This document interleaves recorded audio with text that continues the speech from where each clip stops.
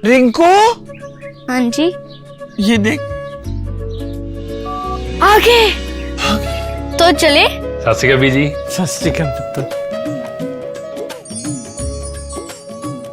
अब साफ दिखाई दे रहा है बीजी। बहुत साफ दिखाई दे रहा है। बीजी इतने टाइम बाद नए चश्मे बनवा ही लिए। किसी अपने ने पैसे भेजे और हर महीने पैसे भेजेंगे। वाह। ਫੋਨਾਂ ਤੇ ਟੂ ਟੂ ਹੋਊਗੀ ਤੁਹਾਡੇ 1 ਤਰੀਕ ਤੋਂ ਬਾਅਦ। ਇਹ ਤੁਹਾਡੇ ਪੈਸੇ ਨੇ, ਇਹਦੇ ਨਾਲ ਕੋਈ ਅਮੀਰ ਨਹੀਂ ਹੋ ਜਾਣਾ ਤੁਸੀਂ। ਮਾਵਾਂ ਭੈਣਾਂ ਨੂੰ ਸਤਿਕਾਰ ਦੇ ਕੇ ਮੈਨੂੰ ਖੁਸ਼ੀ ਮਿਲਦੀ ਹੈ ਇਸ ਗੱਲ ਦੀ। मुख्यमंत्री माँ बेटी सत्कार योजना, आपका अपना भगवंत मान। 4 PM न्यूज़ नेटवर्क में दोस्तों आपका स्वागत है। मैं हूं आपके साथ राशिद ज़हीर। एक फ़िल्म दिलजीत दोसांझ की रोक दी गई है, ZEE5 पर रिलीज़ की गई थी। कहा जा रहा है कि उसको OTT पर चलने से इनकार कर दिया है। किसने इनकार किया है आप जानते हैं। NBT ने पूरी खबर छापी।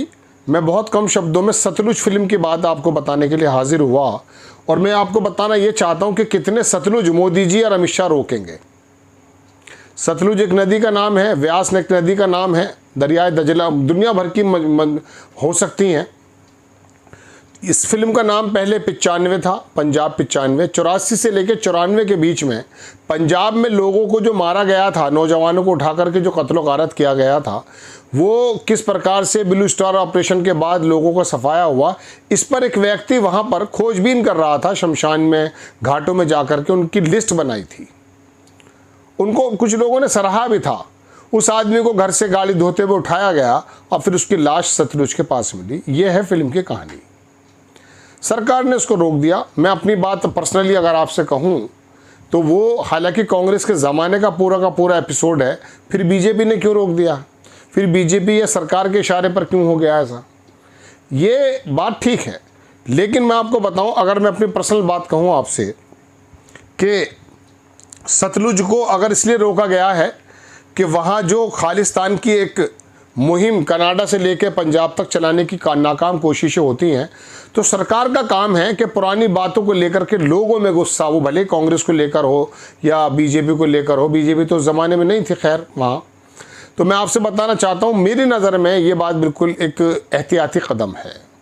आपको ये बात सुनकर बड़ी नाराज़गी हो रही होगी, लेकिन मैं आपको सिर्फ ये बताना चाहता हूँ कि गुजरात पर जब परजानियाँ बनाई जाती है या दूसरी फिल्में बनती हैं, उनको भी रोक दिया जाता है। लेकिन कश्मीर फाइल, केरला फाइल और ये तमाम जो झूठी कहानियाँ दिखाई जाती हैं कश्मीर को लेकर के, उसको टैक्स फ्री कर दिया जाता है। प्रधानमंत्री और चीफ मिनिस्टर आकर के उसको बाकायदा शोज़ करते हैं। चूँकि वहाँ पर कोई खालिस्तानी जैसी मुहिम नहीं है ना, देश में किसी मुसलमान किसी संगठन ने आकर के कोई ऐसा अलग राज्य मांगने की या कोई इस प्रकार की कोई मुहिम कभी चलाई नहीं। क्योंकि संविधान के निर्माताओं के उस संविधान पर विश्वास करने वाली कौम है मुस्लिम कौम। तो आपने क्या काम किया कि कश्मीर के ऊपर अगर किसी ने झूठा प्रोपेगेंडा किया, उसको आपने टैक्स फ्री कर दिया। आप कितने सतलुज रोकेंगे। आपने केरल फाइल, जबकि कोर्ट ने कहा कि झूठे इसके अंदर तमाम चीज़ें हैं, उसको आपने रिलीज़ होने दिया। यानी कि आप अपने प्रोपेगेंडे में जो बात फिट बैठती है, उस सतलुज से आपको कोई दिक्कत नहीं है। लेकिन जब आपको लगता है कि पंजाब के अंदर उस खालिस्तानी मुहिम या कोई भी XYZ ऐसी चीज़ से आप डर गए, वो बात ठीक है, मैंने कहा एहतियाती कदम है। लेकिन आप ये बताइए कि आप अगर इस तरह की एहतियाती कदम ले रहे हैं तो कितने सतलुज रोक रहे हैं आप।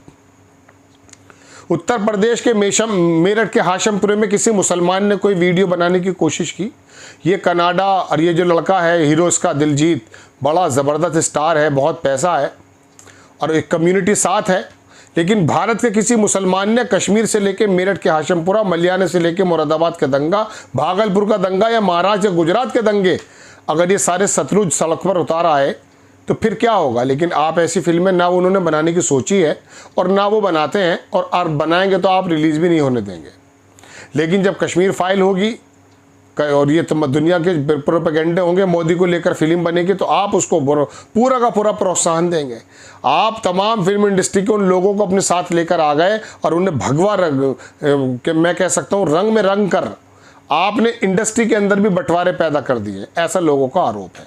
खैर, ये तो बात हो गई दोस्तों सतलुज फिल्म की, और मैंने आपको बताया कि भारत में और कितने सतलुज हो सकते हैं। मैं आपको ये बताना चाहता हूं दोस्तों कि दौरे हाजिर में जो सतलुज बनते हैं, जो आप बुलडोज़र चलाते हैं। कश्मीर अभी हाल ही की बात है, 2-2.5 साल 1.5 साल आपने उन्हें इंटरनेट और जो है खाने पीने की चीज़ों से महरूम रखा है।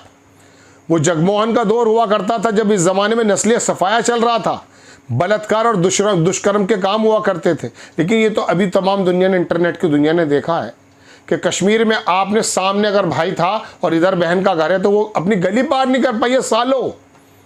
बाप का बेटा अगर किसी कब्रिस्तान में अननोन में दफन है तो इजाज़त मांगते मांगते वो मर गया कि आपने कहाँ मारकर उसको दफन कर दिया है, लिहाजा मुझे इजाज़त दे दी जाए। आपने पंजाब के उन लोगों की लाशें जो जलाई हैं, इस व्यक्ति ने जिसने रोल किया सतलुज में, उस रोल को आपने रोक दिया, ठीक है। लेकिन आप ये बताइए कि उस आदमी की क्या गलती थी? मेरे पास उसके तमाम रिपोर्ट्स मौजूद हैं। मैं आपको समय पे ये दिखाना नहीं चाहता हूँ, मैं बताना ये चाहता हूँ कि आप समस्या को क्यों ख़त्म नहीं करते।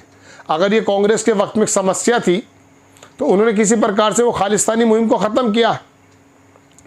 लेकिन आप यहाँ मौजूदा दौर में ऐसे सतलुज पैदा करते हैं। कश्मीर एक सतलुज ही है जहाँ कश्मीरियों को आपने 1-1.5 साल 2 साल उनकी आज़ादियों से दूर रखा है, जहाँ पैसे दे करके अमेरिका का डेलीगेशन बुलाकर बताया कि सब कुछ चंगा सी है। आप सतलुज दबा नहीं सकते हैं। आप जो उत्तर प्रदेश के अंदर जो हिंदी पूरी पट्टी में काम कर रहे हैं, जो आपकी सरकारें कर रही हैं, बंगाल में अभी आए हैं, देखिए क्या हो रहा है, आसाम के अंदर बिस्वा क्या कर रहा है। ये सारी चीज़ें जो है ना, ये सतलुज ही हैं। आने वाले वक्त जो दौर आएगा तो फिर वो लोग फिल्में बनाएंगे और एक काला चेहरा बताएंगे सरकारों का, जो भारतीय जनता पार्टी की सरकारें कर रही हैं।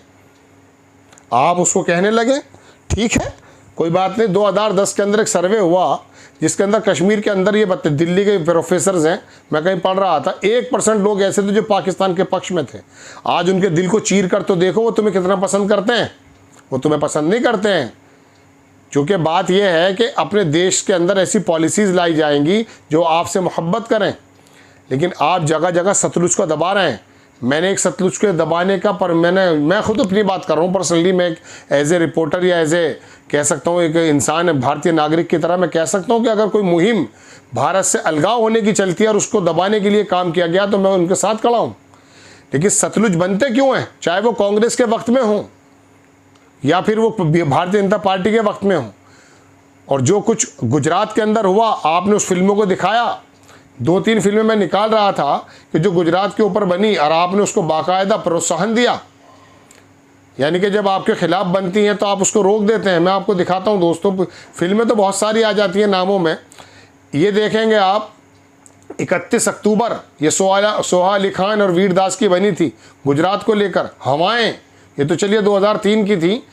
और दूसरी फिल्म मैं आपको बता रहा हूँ, दुनिया भर की फिल्में बनी हैं। गोधरा 2024 में, कॉन्स्पिरेसी ऑफ गोधरा, इसको तो आपने नहीं रोका है।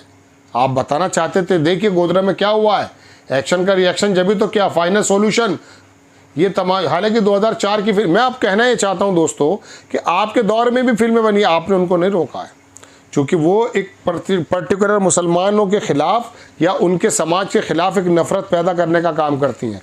और वो जो अग्निहोत्री डायरेक्टर है ना कश्मीर का, फाइल कर इसके पुराने ट्वीट उठाकर देखिए, भगवानों को नहीं छोड़ा उसने, बदतमीजी से एड्रेस कर रहा है। लेकिन सबसे बड़ा देशभक्त बन गया, चूँकि वो पूरी दुनिया के सामने और भारत के लोगों के सामने मुसलमानों का रोल ऐसा दिखाना चाहता है कि देखिए हमारे साथ हुआ क्या है। अगर कश्मीर के पंडितों का रोना आपने लिया है तो फिर वो अगर सिखों का रोना रो रहा है तो आपको क्या दिक्कत हो रही है, बताइए। आप कश्मीर को भी ये कह के आप रोक देते कि नहीं, ये चूंकि सीमा पार लगा हुआ है, प्रदेश पाकिस्तान वरना इस तरह की साजिशें करता रहता, रोकिए। लेकिन नहीं, आपको तो इलेक्शन के अंदर चाहिए थी वो चीज़ें। तो कितने सतलुज दबाएंगे आप मोदी जी। जय हिंद।